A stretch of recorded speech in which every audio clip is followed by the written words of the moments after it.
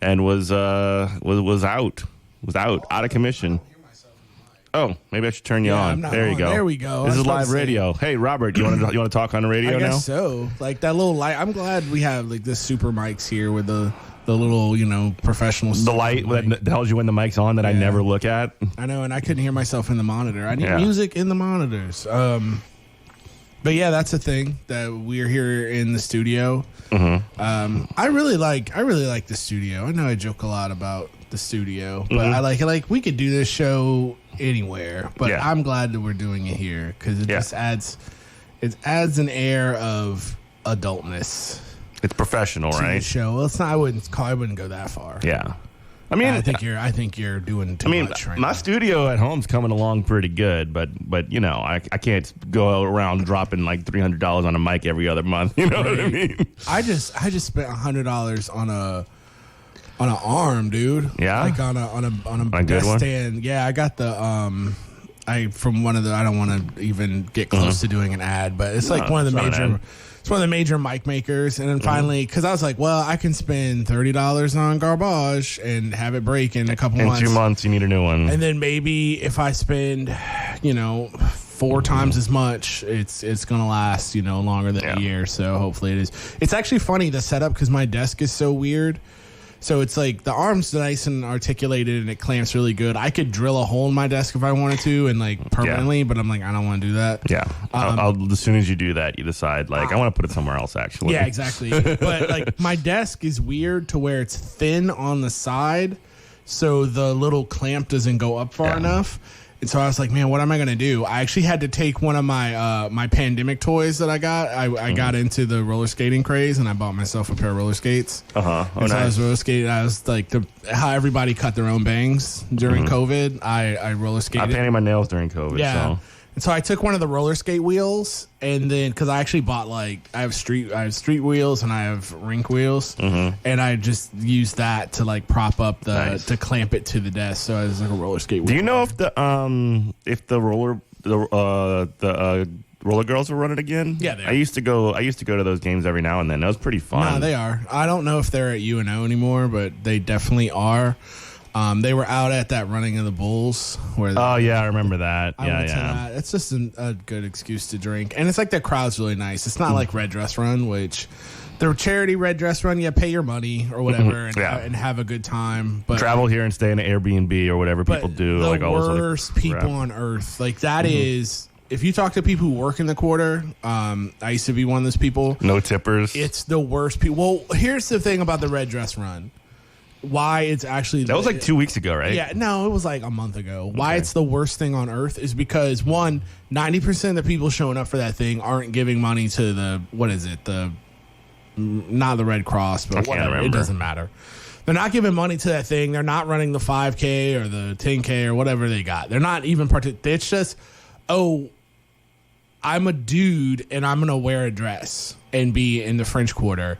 Isn't that wacky? Isn't that wild and funny? And then like in the year of our Lord, that's supposed to be, in the year of our Lord 2022, that's supposed to be somehow shocking. The interesting thing about that too is that like when the dudes that do the red dress run like wear the red dresses, they're gonna steal my thunder. They're gonna try and act more macho. My man. Yeah, okay. We did not talk about this. This is right off the cuff, and I was gonna say like they try to like make up for all of like wearing a dress, which is just like whatever, and try and be like super extra. Exactly. You stole my thunder, and I'm glad you did because I'm not the only one to think about that. Because that's exactly what it is. Is that these dudes?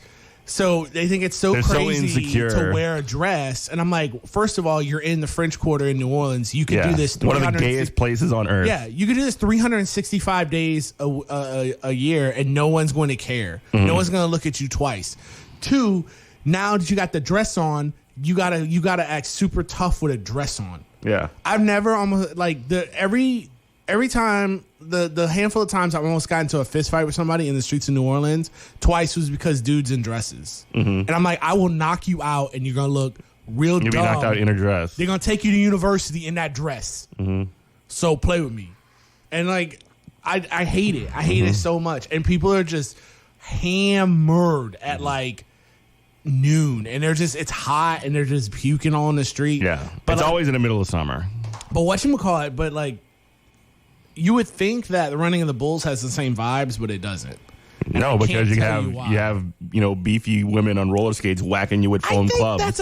I think there might be I don't want to say a feminist like they can actually target people that are getting out of line and whack the crap out of them. Yeah, and I think that it kind of self-regulates. I don't know. I mean, it's just there's a dynamic there. I mean, the show is about the bulls. It's about the women that do it. So it might be a little too early for them people too, because I'm out there at 6 drinking. Yeah, and it's cool. I never go to these things. We should go next time. We should go, and it's done. We could do a live show out there. Pretty funny.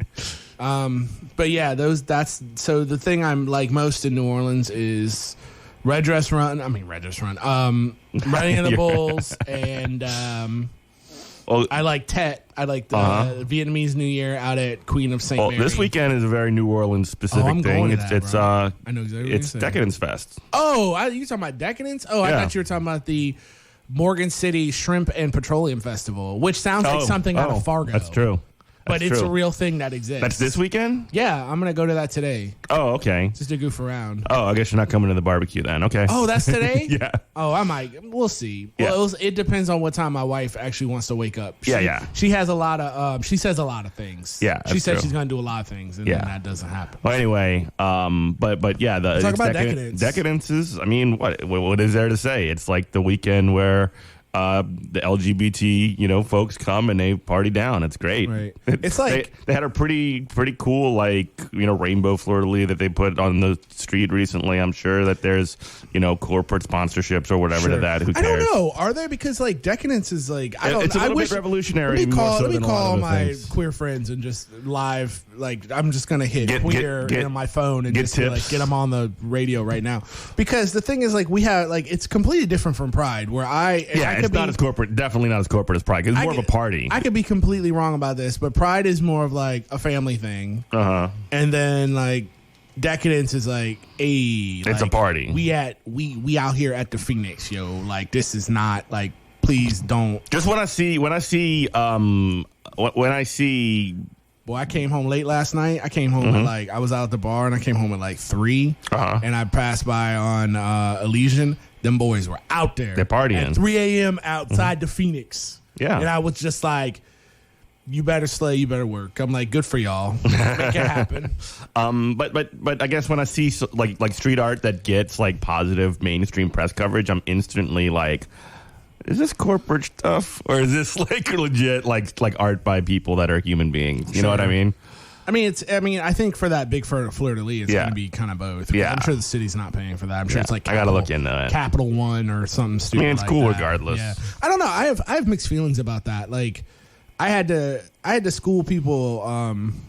Literally, this is barely hyperbolic. I was at work and they were having some kind of the meeting, the city meeting for Pride a couple months ago, and people couldn't understand why they didn't want the police at Pride. And I was and literally my boss goes, Robert, what you playing? Oh, you got other things to do, Jeff?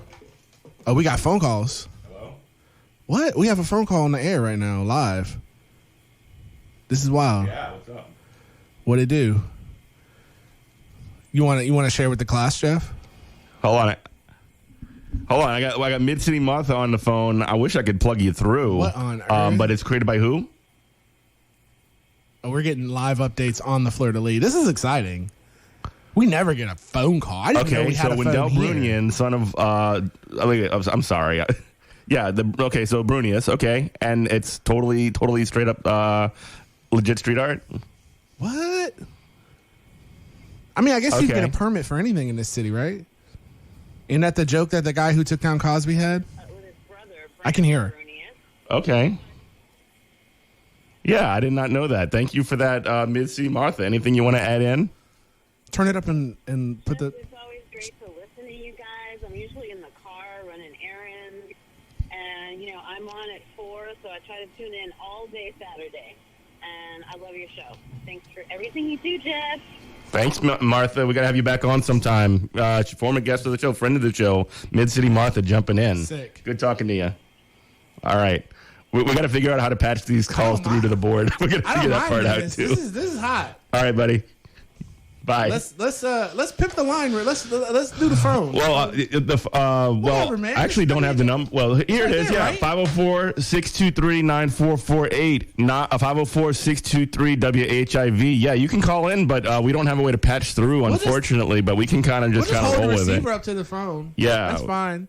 Yeah, I don't care if we got to get. You can hear her? You can hear when I did that? Yeah, I can hear it. All right, it was cool. fine. Yeah, so I was like, just turn the mic up and let it rip. But yeah, Martha's cool. We've had Martha on the show, remember? I don't remember. A long time ago. I believe we were talking about like immigration and like a lot of the ICE detention centers and like support for that. It was probably 2 years ago. This was prior to COVID, 2.5, 3 years ago. We did the interview with her in the studio in the front in the front area. You, me, Aaron, and Scott might have been here. Awful. I don't. That's remember. like I don't remember old time. Like that's like old time. Good Morning Comrade. I know 2 Marthas. I remember 2 Marthas. There is there's my rest in peace, my Labrador Retriever as a kid.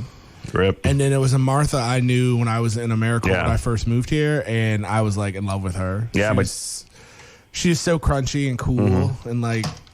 I wonder what she's in the city. But yeah, check out Mid City Martha today at, I think she said it was 4, right here on WHIV. Martha rules. We love her.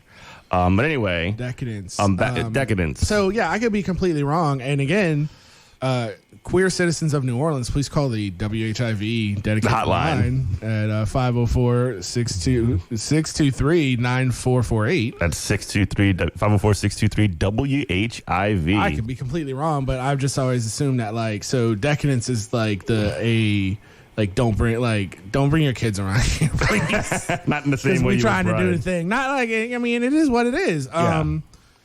It's because my like the people that make arguments against like kink at Pride, like I think that's still ridiculous or whatever. Right. But like, you're never gonna stop kink at Decadence, bro. That's never gonna happen. Can we? Yeah, let's. Did you have an agenda? I did want to talk a little bit about because I was like, I could talk about the. I've had that whole drag queen thing. Go off on that. We could talk about Jackson not having any water later. That's cool. But so the guy we're talking about. Oh, Pride. So because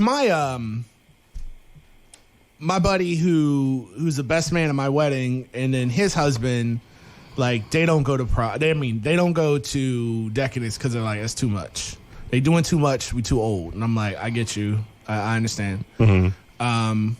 But yeah, it was just fun. It was cool to like, yeah, I saw all the boys out there last night when I was coming home from the bar, and I was like, damn, it's really popping out here for Decadence. And I don't know, like I've been watching a lot of that. You saw the John Brown Gun Club in Texas who defended the drag brunch from.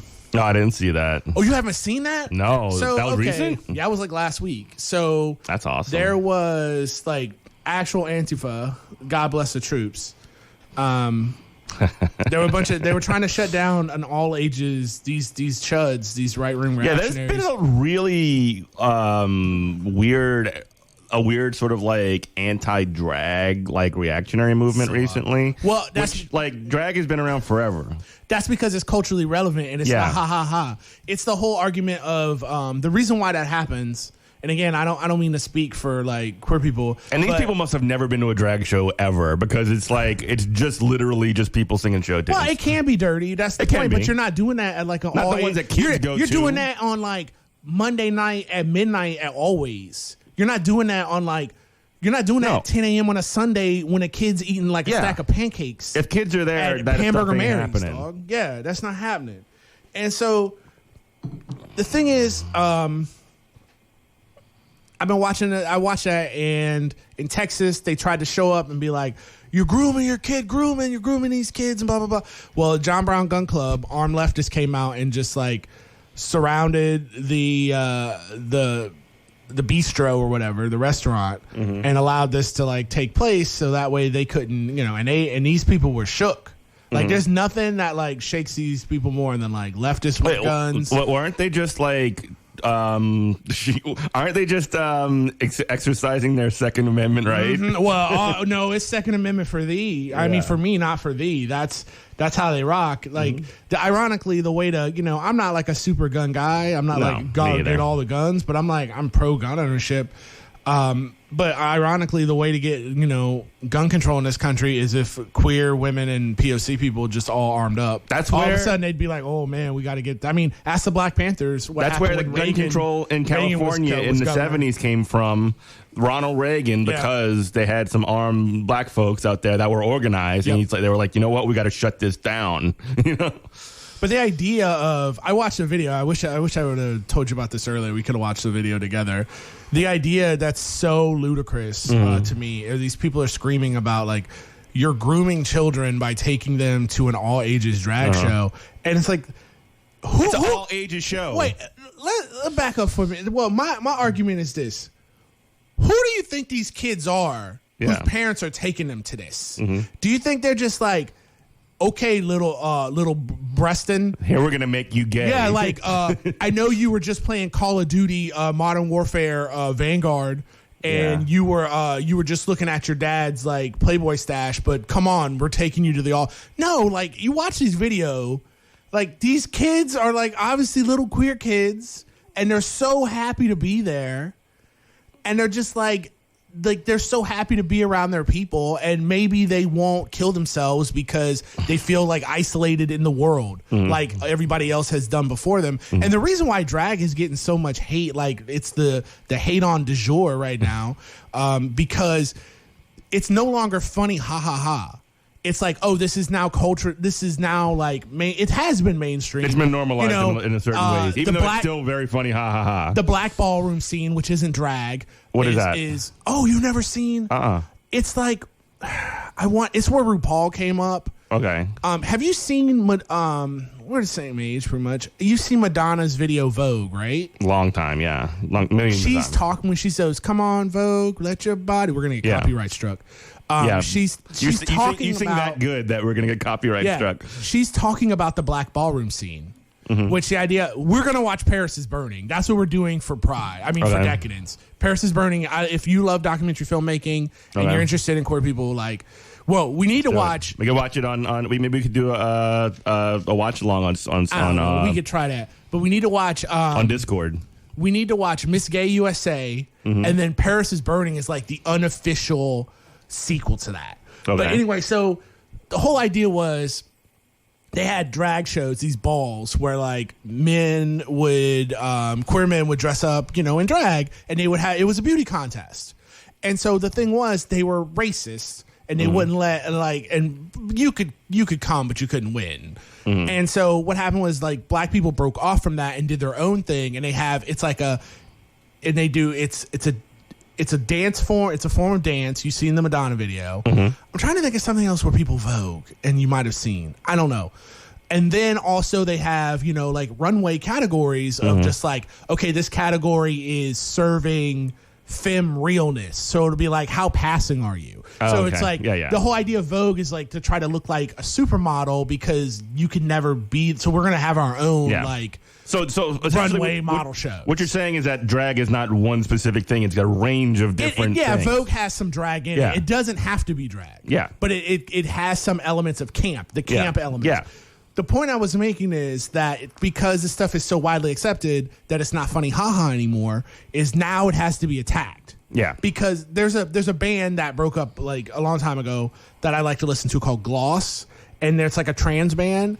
And they have a song called Future. I think it's either Future Girls or Trans Day of Rage.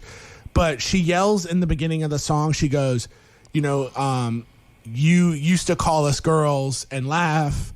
But now when I say I'm a girl, like, that can't be or whatever. Yeah. So that's the whole thing. It's just like, no, we used to call you girls as a joke. Yeah. Like you actually can't like be cool and do this.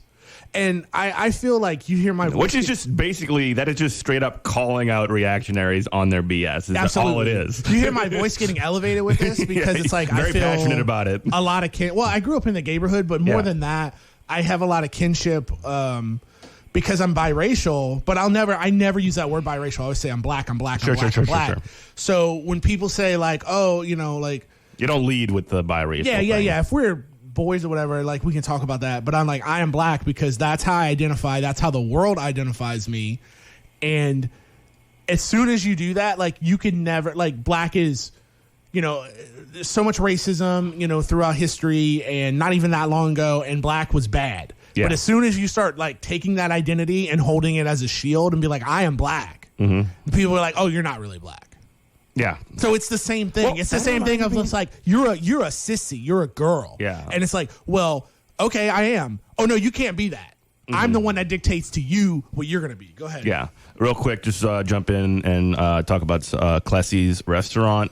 So support from WHIV comes from Clessy's neighborhood seafood restaurant and catering located in Mid-City, 4553 Bienville, New Orleans, home to reasonably priced catfish and shrimp entrees, beverages, huge TV screens, and outdoor seating. More information and menu can be viewed at ClessyCatering.com. ClessiCatering.com. Sorry, I interrupt you. No, you're good. I'm pretty much done. I hope you're recording this. I am. Yes. So we got a good one on the thing. But no, I'm pretty much good there. I just have like very strong feelings about like people being marginalized about their identity, and especially it's like how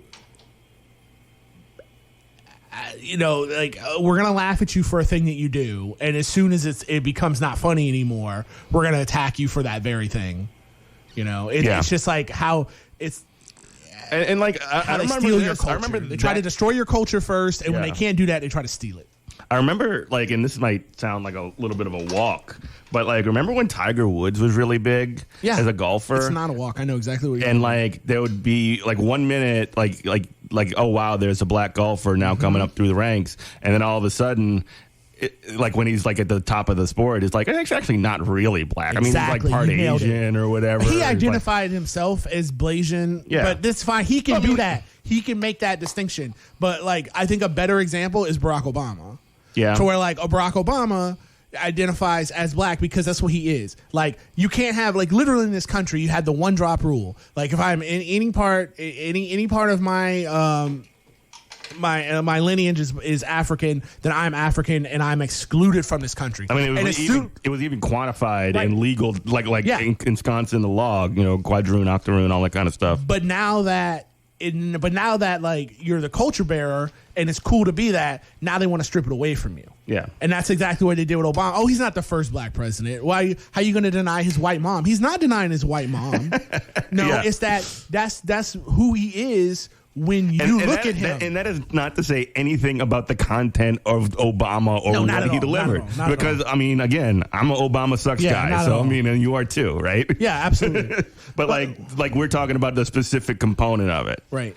It's not. Yeah, this isn't like an identity that like I chose. This is an identity that I took out of the mud that people tried to stomp. I took it, I cleaned it off, I shined it up, and I wear it. And you're not going to take it back from me. Right. That's exactly right. Well, anyway, speaking of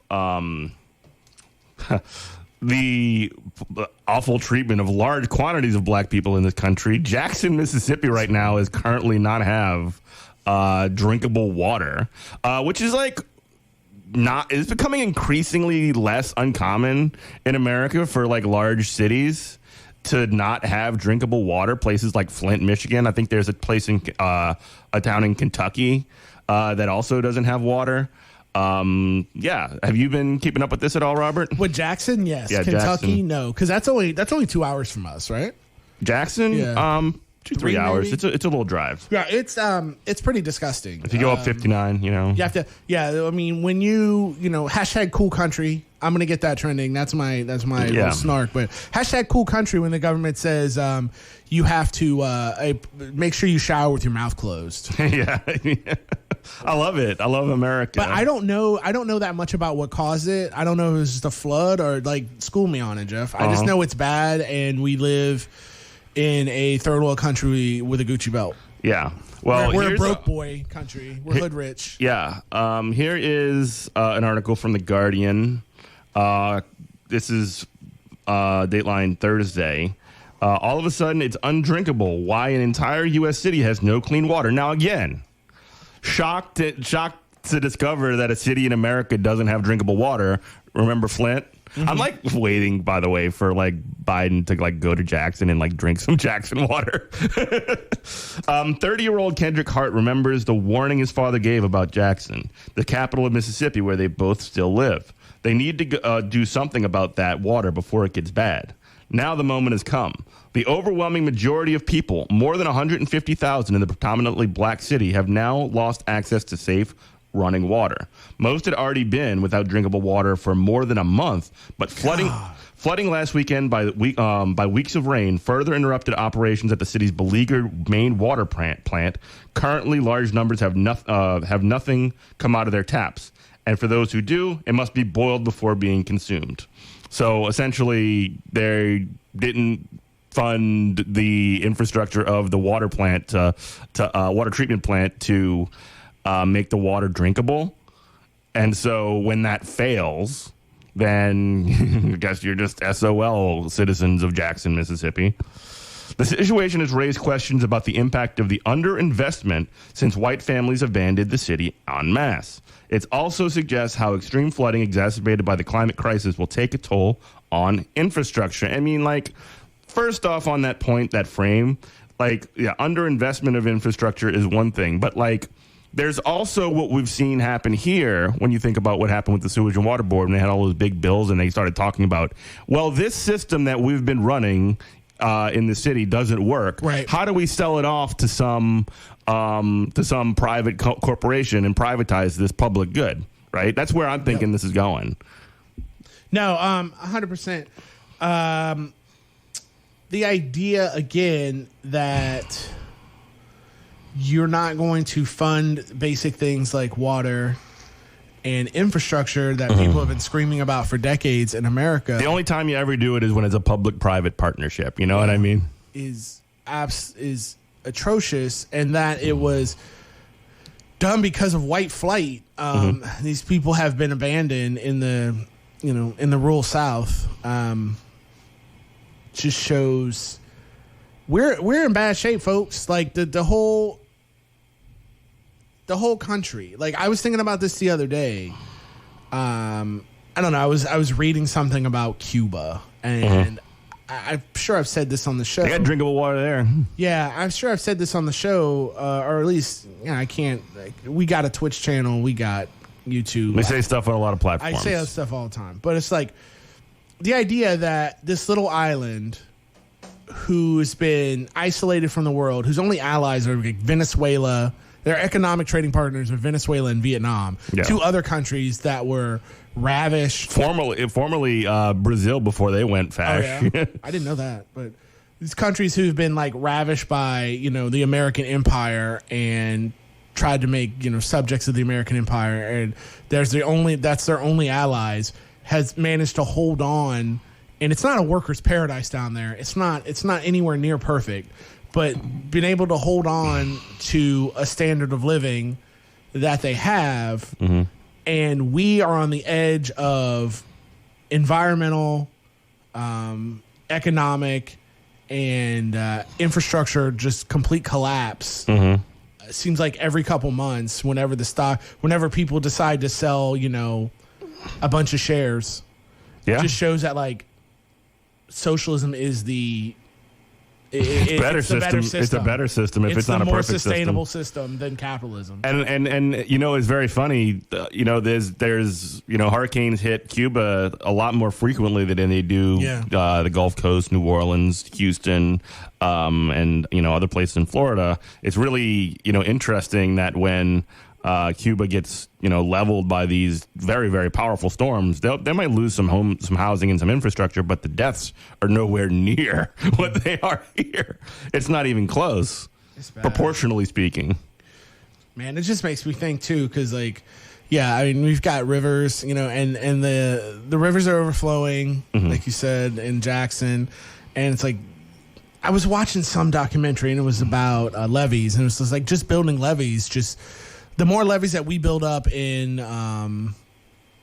populated areas, all it does is just kick the problem downstream. Yeah. To the less Ninth populated, Ward. Or even to places like Jackson. Yeah, that's true too. To like poor like places who are along the Mississippi River that can't afford to build a levee to kick the problem even further down the stream.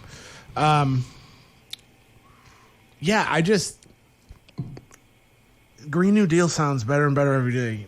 It does, and like again, we could talk about that part, but the Green New Dream or whatever. The Green Dream or whatever, but like, yeah, I do think that there's some issues like with the way that at least some leftists and people that are pushing the Green New Deal talk about it, and liberals too. Like this idea of degrowth, like it will never get popular if we're talking like that. If we're talking basically like austerity in the name of what do you mean by degrowth? Degrowth is essentially like reducing, essentially rolling back like critical parts of the society, like in the name of lowering carbon emissions. Yeah. And that's like the opposite of what needs to happen. We need to start building up new ideas. I agree with that. Up 100%. It's like instead of saying we have to cut back, it's like we have to shoot for the moon. First off, people aren't going to sign on. It'll never get popular if it's framed in a degrowth fashion. Even if the idea is a good one, and it may very well be, the rhetoric behind it is never going to catch on if it can be portrayed as austerity. You know what I mean? I do. I see exactly what you're saying. I think the key would be we've had enough austerity in this country. Yeah, the key would be to, like you said, have like shoot for the moon, like have like a moonshot initiative of just like we're going for it all. We're gonna make some kind of have DARPA just start throwing ideas at the wall. Of this like how can we have fuel from? It needs to be a priority instead of like the F-35, right? Absolutely. We could have spent how much was spent on the F-35? Like how many $1 billion? You might know. I don't know. No, I'm not. Are you familiar with this project? I'm not a numbers guy. No. Are you familiar with what the F-35 is? No, I mean I assume it's a fighter jet. It's a multi-role fighter jet. It's a fighter jet that was like deeply invested in, like billions of dollars of money to like create new cutting edge systems to replace the current jet, whatever it is.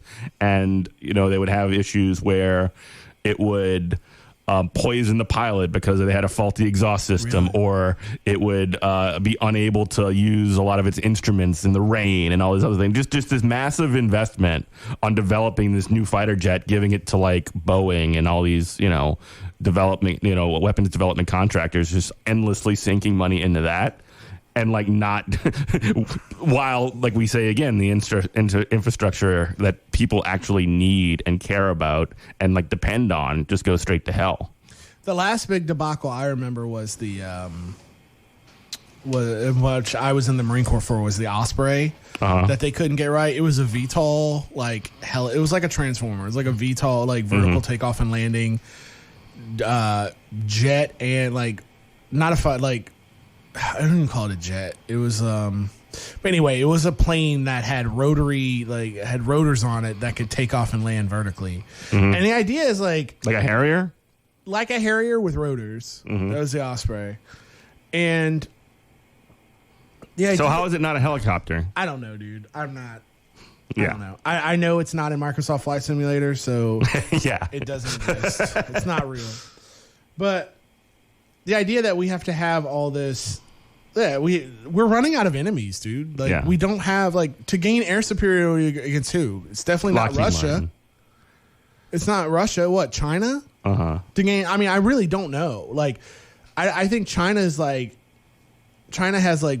their generation is behind ours. I think I'm definitely trying to remember the last, because I am into avionics a little bit. I think they're a generation behind us. Russia is not even on the map, and everybody else we sell to. So it's like they have the same stuff we have, or at least a generation behind. So it's like, who are you getting air superiority over at that point? Like, it's not about getting air superiority. It's about contractors making money. It becomes more and more. It becomes harder to defend. Yeah. Like, well, why do we need this? I just pulled this up. Please do. 2 facts about the F-35. This is from Jacobin. Danica Katovich wrote this article. The article is called "The Government Should Cancel the F-35 and Replace it with Nothing," which is funny. 2 facts about the F-35 fighter plane are nearly universally recognized. First, the plane has capabilities never before seen in a fighter jet. And second, it's a complete disaster. At a record-breaking cost of $1.75 trillion in public money with hardly anything to show for it, the F-35 project is increasingly hard to rationalize. Even top government officials are now criticizing, posing the question, could the project be nearing its termination? If that happens, we must be ready to demand that no similar project takes its place, even though weapons manufacturers will do everything to get their power within their power to line up a new $1 trillion contract. F-35 project accelerated out of a similar boondoggle in 2005 when former Secretary Robert Gates terminated the F-22 program. The United States decided to buy more F-35s. This way, though, the F-22 program was canceled. Money would still flow uninterrupted from the Pentagon to Lockheed Martin. Based on the contract, it was projected that the United States would produce 1,700 F-35s by 2025. Now, due to engineering and manufacturing difficulties, these procurements are running extremely behind schedule. The project is also experiencing massive cost overruns with doubled maintenance costs. So it's basically like more expensive to buy them, more expensive to maintain them. They don't last at any, like again, even if you're making a military assessment from a, like, if money is not an object here perspective, like, this is a failure. So yeah, this is just an obvious scam at this point. Yeah, like this is just NFTs for the government. Yeah, I mean, it's a solution to a problem that doesn't exist. Exactly. Well, the problem is that Lockheed Martin doesn't have enough money, I guess. That's the only problem that's being solved here. This is where I get kind of, I don't know, maybe my kind of, maybe being in the Marine Corps, I don't know. This is why I break with a lot of leftists to where I would say, like, okay, we're going to, like, a new multi-role fighter jet for what? Because I don't know. Like, I'm actually just shooting from the hip here, because like I don't do all the time on this show. Yeah. But what I know about combat role fighters now, I know that the idea of, like, dogfighting, like you watching a movie, it's like Top Gun or whatever, even like the new Top Gun, where there's like, it's right on me, like, shit the missile lock. That does not happen. Like, they've got you like 20 miles away, dude, and they're launching on you. Like, that kind of dogfighting is over. So it's like that's literally, like, only happens in Top Gun movies. So that ended, like, in the 80s. So it probably ended before that, honestly. Probably. So there's that. And then the idea of, like, okay, who do you need supremacy over at this point? Like, again, with China and Russia, like, there's no attempt to challenge that by China, even, right? No, they don't. China's doing soft power. China's doing economics. Yeah, they're doing smart empire stuff. Yeah, not that they're great, but, like, no, they're not good. But they're managing empire in a way that is much more sustainable. Yeah, absolutely. When they do drop, colonies or whatever, they drop infrastructure there. Like we don't do. We just decide to find a strong man. The United States does find a strong man. Tell them to just kind of keep the locals in order and give us an army and have them be a part of NATO. That's what the United States does. Like, they're doing empire smarter than the United States, no question. But see, this is going back to the whole, like, not making a moral distinction here. No, I said 100%. I know what you mean. Like, China's doing the whole new scramble for Africa and, like, just throwing a bunch of money in Africa because they're like, that's where all the silicon is. And they're not investing in, new... Or not the silicon, you know what I mean, you nerds. You nerds. Lithium ion and stuff like that. But, like... the precious rare metals that make my PlayStation 5s. Yeah. But like, again, they're not spending it on new fighter jets. They're spending it on infrastructure for those places, which, I mean, again, China's got a lot of problems. A lot. But the idea of... This is why I'll break with leftists, to be like, okay, we want to spend money on the military. I'm like, human intelligence, signals intelligence. I'd be like, more spies, more listening posts.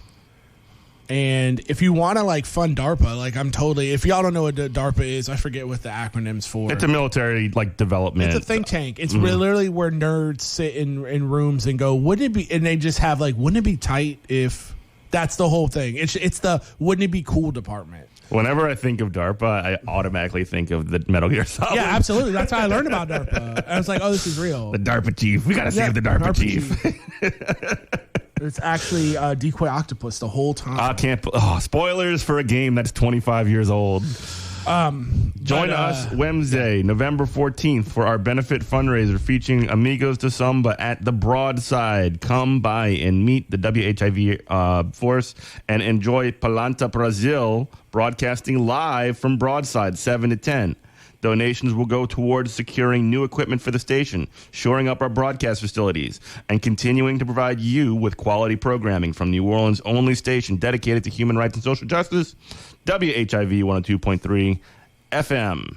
Speaking of video games, Amigos do Samba. I see what you did there. Yeah, that's very cute. I just read the copy, my dude. Oh, I'm just saying that's what they're doing. Did you ever play that, or was that not a? Okay, so that was a. I think you could get it like on Switch or whatever, or on the Wii. But it was a Sega arcade game, maybe. Okay. I think I was in the Marine Corps at the time, so I was in Japan, and like the Sega arcade had them, and it's just you play Samba, like you play maracas, and it's called Samba de Amigo. Okay, cool. So it's pretty good. Yeah, it was like Sega when they had their whole like every game. I don't know. It's not like just Sega. Like a proto Parappa the Rappa. No, I would say like they got into like the spectacle. Like if you went to a Japanese arcade, I haven't been to Japan. What's an arcade? 2000. But if you went, like, it was just rows of candy cabinet fighting games, which, they, like, when you play two-player, you sit face-to-face, which is interesting. And then... So you just have, like, a screen between you, or what's going on? So, it's... Here, look at my phone. All the people on the radio. See my screen lock? Describe that to people. It's a video game cabinet. Oh, okay. But they're small, and you sit down at them. And so, like, when you're playing against, so if you and I were playing together, your cabinet would be on that side. So it would be like a low angle so that I can look at you. You can't really look at me, but like we're just sitting across from each other playing fighting games. I can't see your fingers and what you're inputting. Yeah. And then the rest of the game, it's like Battleship. You ever seen two people play Battleship? Yeah. Like that's how it be. That's a good descriptor. And then the rest of the games were just like these huge spectacle things of just like huge cabinets of like 50 different variations of DDR and Samba de Amigo and stuff like that.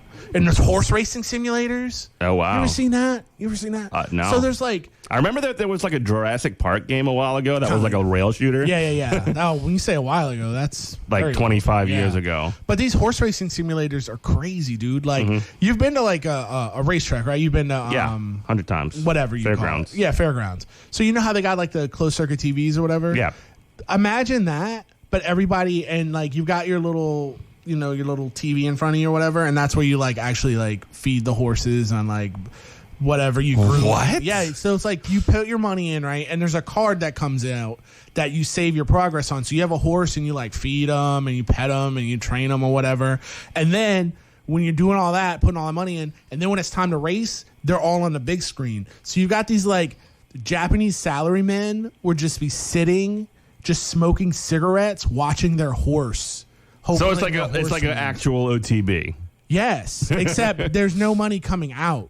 It's just a game. Yeah, it's just a game. It's so weird. Now there is, I don't know, because gambling is the laws are starting to be loosened. That's why a lot of these. As soon as Shinzo Abe was shot, they just loosened up all the laws. That's why a lot of these video game companies like Konami and stuff have gotten into slots. They gotten into gambling. Like, yeah, you know how every time I see a Konami truck like rolling down the street, and I get like, whoa, where's that going? And I'm like, oh, it's going to Harrah's to put some more slots in.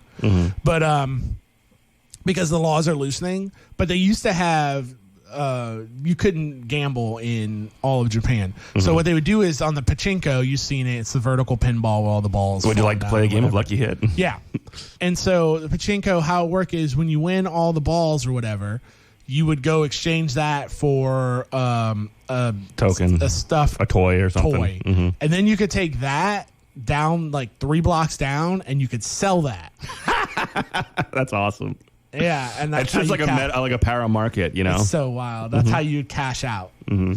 But that's awesome. That's like those are chips. Those are poker chips. Yeah, absolutely. That's what they are. The casino metal chips. Balls. But yeah, fake horse racing, dude. It's a trip. I'll send you some videos of just people being really into their fake horse racing. Okay, yeah, maybe we can watch that on Twitch or something. Maybe we should just watch old arcade things. But yeah, we do have a Twitch. It's nice. Twitch.tv/Good Morning Comrade Radio. It's pretty good. But going back to weapons.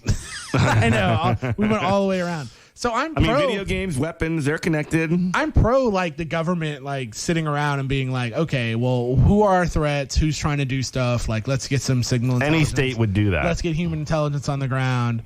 And then I'm also pro like, hey, like, wouldn't it be tight if we had a car that just, I mean, like a jet that ran on, you know, pasta sauce and sunlight? Yeah, wouldn't it be cool? Like, try that out and see if it'll work. Because you don't know what'll come from that. Like, just a think tank of weirdos. Or, you know, you might get memory foam, or you might get, you know, Skynet.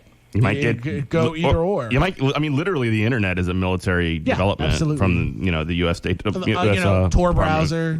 Oh, yeah, that's military as well. Yeah, it's just gone through so many layers of abstraction that it doesn't seem like it is anymore. No, but so I'm not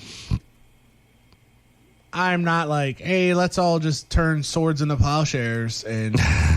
Like, no, but we have to be realistic about our threats. But by the way, if any like super leftists like decides that they like are upset about the moral like origins of something or other, and they're posting about it on the internet, got them. Yeah, they care so much.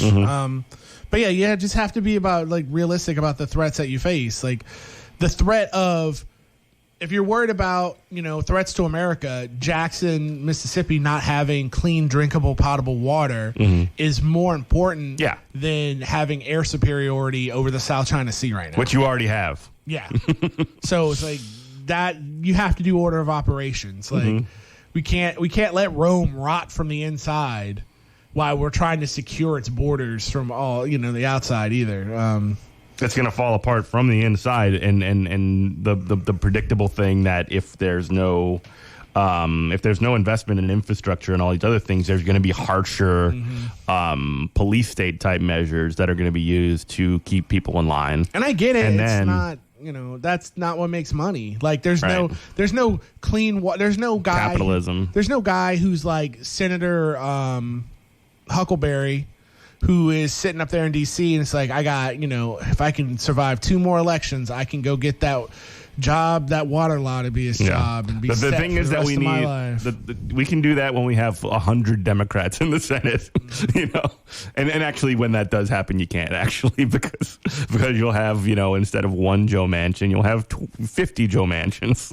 We get President John Fetterman. Yeah. And then we just... What do you think about this guy posting? I mean, like... He's so based, dude. I'm glad that Brandon is trying to mimic him as best as possible. Okay, so first off, who's John Fetterman? He's just a big... He's a big boy. He's a big base boy who can, like, fix your plumbing and then also... is going to be Pennsylvania Senator. I don't know if you can fix your plumbing, honestly. You tell me John can't watch a YouTube video? He is. You tell me Big John can't watch a YouTube video, He can watch bro? a YouTube video. He potentially and figure out could. how to do it? He don't need instructions. He's the kind of guy to go to IKEA. Well, he don't even go to IKEA. I will say that. No, I don't know. He is an Ivy League boy. I will say that. That's fine. Education's good. But, like, you telling me he don't go to no IKEA. You telling me that he can't get one of them, like, sheds... And build you a shed without instructions. He can do that, man. He wears shorts in the snow. That's pretty cool. That is the coolest thing about John Fetterman. No, but he's the future of the Democratic Party. He's like a Bernie style, or at least he's styling himself as a Bernie type Democrat. He recently he's running for Senate in Pennsylvania, and recently.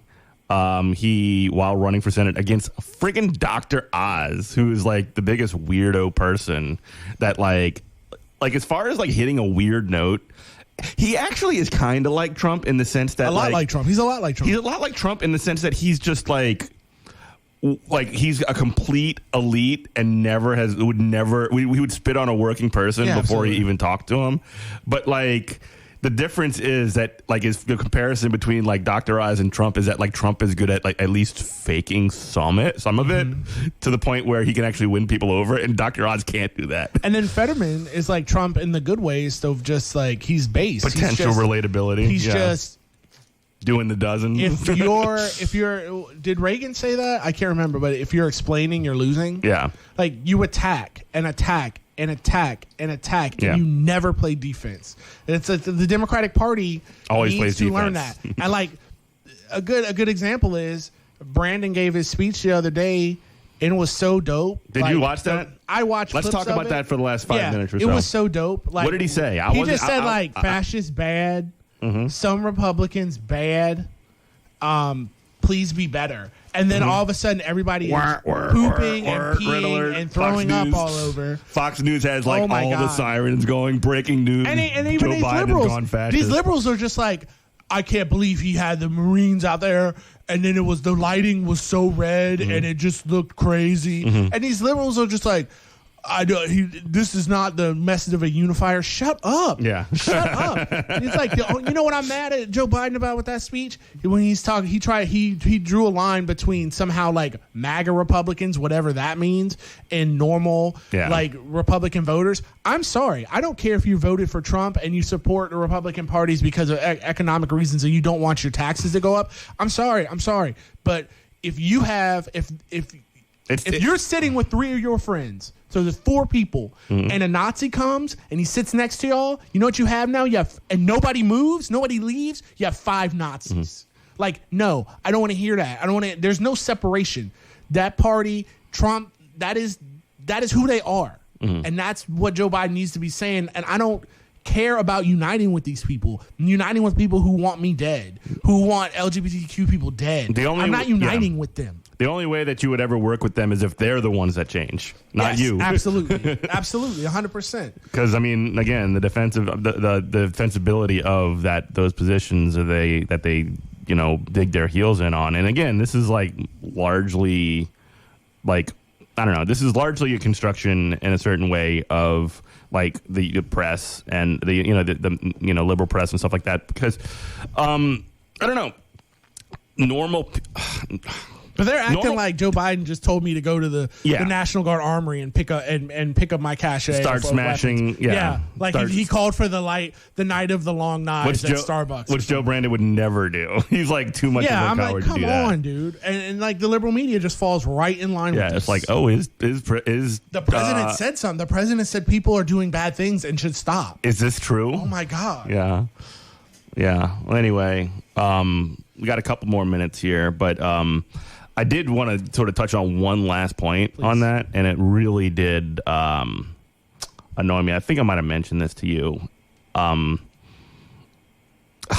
this is like, it pains me to do this because I'm a proud member of the Jefferson Federation of Teachers, which is an AFT local, American Federation of Teachers, and I was very disappointed to see that the president of our union, Randy Weingarten, decided to, in the name of platforming like responsible Republicans or whatever, like in the teachers union journal, the American Educator gave space to Bill Kristol to essentially make a case against fascism or whatever because he's a reasonable Republican, despite the fact that he's been the biggest war hawk that has ever existed. He never saw a war he didn't like. And it's just like one of these sorts of, like the never Trump Republicans, inviting in the vampires that are these like never Trump Republicans who you like literally cannot trust. They like literally believe all the stuff that Trump says. They just don't like the aesthetic of it all. They don't like the. They want to sit with me. Ones. Yeah, they want me to. They still want to be. They want to go to Coachella and they want to go to like the Met Gala. And I would rather deal with the Marjorie Taylor Greens than these people because 100%. at least she's gonna be crazy and unhinged and straight up fascist in a lot of ways. But at least you know what she's trying to do, right. And you can and like I really get frustrated and really get annoyed when liberals sort of align with people who have the exact same positions, the exact same politics as these people, but they have a different, like a more soft demeanor about it, and they're sort of like the affable. Oh, I'm the war criminal you can hang out with. You know what I mean? No. No, they're the worst. So sorry, we got to dunk tank Randy on this one. No, let's do that. I have no patience for it. I'm too old. I'm too old to be playing with these people. I don't. These. Honestly, it's like historically you see, and I hate to boil everything down to Godwin's law. Like everything goes back to Nazis or Hitler or whatever. But it's like you look at the Weimar Republic, and this is exactly. Can I just say, by the way, we're in better shape than they are. But we're going down that road of just like liberals placating to fascists. Mm-hmm. Go ahead. No, I just want to say that like that whole instinct of like, oh, you mentioned Hitler first in a conversation, so you lose or whatever. Yeah. Like when you're actually talking about what happens here in these kinds of situations, and like the rejoinder by the other side is you just can't ever talk about the Hitler stuff. Right. Like that's just a way of shutting down a conversation without any kind of without any meaning. And like I understand if people are like demagoguing and misapplying these sort of lines and saying like, oh, me and you and I are in an argument. Well, you're Hitler. Like that's different than actually like analyzing the time in the space of these sorts of things. It's just the because it's stuff that really happened. The analogies are just too perfect. You have a crumbling empire. Whose infrastructure is crumbling. Retracting empire with crumbling infrastructure. You have an aggressive, racist, sexist political wing, and then you have liberals who just allow them to run roughshod over norms. And you have spiraling inequality critically. And again, the one thing that the liberals and the conservatives in this country share is their economic position. Yes.